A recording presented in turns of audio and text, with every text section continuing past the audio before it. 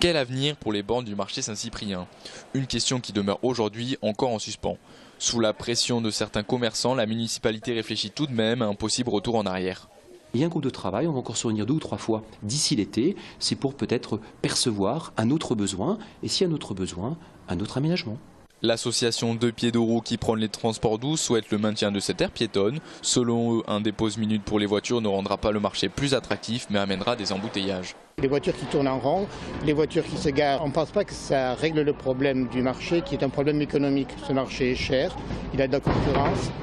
C'est une des raisons pour lesquelles peut-être les gens viennent moins. Du côté des commerçants, l'avis est plutôt partagé. Certains se disent favorables à un réaménagement où circuleraient voitures et commerçants, soit un stationnement temporaire des deux côtés.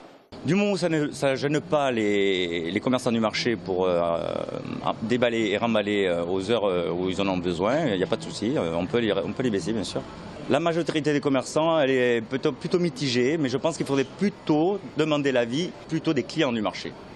Malgré le parking souterrain situé en face du marché, quelques clients souhaitent que la place Roguet soit accessible en voiture. Cependant, les points de vue divergent. Je pense que ça sera en partie une bonne chose quand même, oui, pour permettre aux commerçants de se garer un peu derrière et puis peut-être il y aura un peu plus de clients parce qu'à l'époque il y en avait davantage. Je suis malvoyant et des voitures garées partout n'importe comment, c'est pas agréable. Je vois pas l'intérêt, ça a été mis en place, autant le conserver.